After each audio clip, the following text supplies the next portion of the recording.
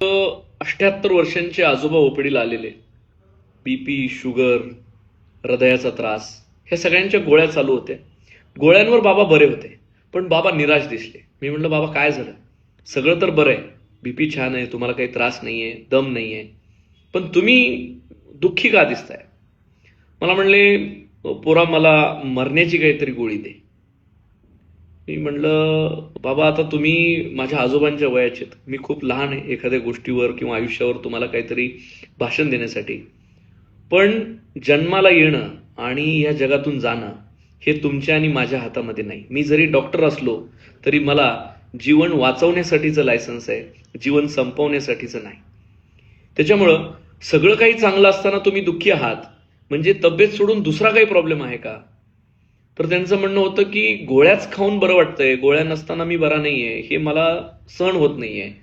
माझ्या तरुण वयामध्ये इतका काम केलेला मी, इतकी धडपड केलेला मी, आज मी काही गोष्टींना मला घरातनं रेस्ट्रिक्शन आहे, कारण हृदय वीक आहे, तुमच्या गोळ्या खाव्या लागतायत, कुठेही जायचं म्हणलं तर हे करू नका, ते करू नका, गाडी चालू नका, मला हे जगणं नकोसं झालंय. मी म्हणलं, बाबा वेळेनुसार परिस्थितीनुसार बदलणं हेच मानवजातीचा धर्म आहे.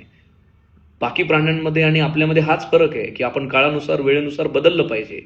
जे काम तुम्ही तरुण वयात करू शकत होता ते आता म्हातार वयात शक्य नाहीये. त्याच्या लिमिटेशन तुम्ही स्वतः ओळखा. घरचे कुठल्याही गोष्टीला तुम्हाला नाही म्हणतायत ह्याच्यात त्यांचा काही स्वार्थ नाहीये.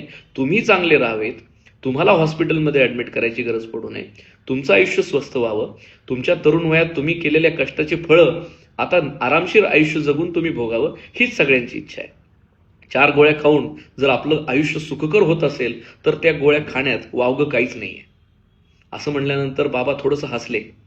मला म्हणले, पोरा इतक्याशा वयामध्ये तू इतकं कसं छान बोललास रे?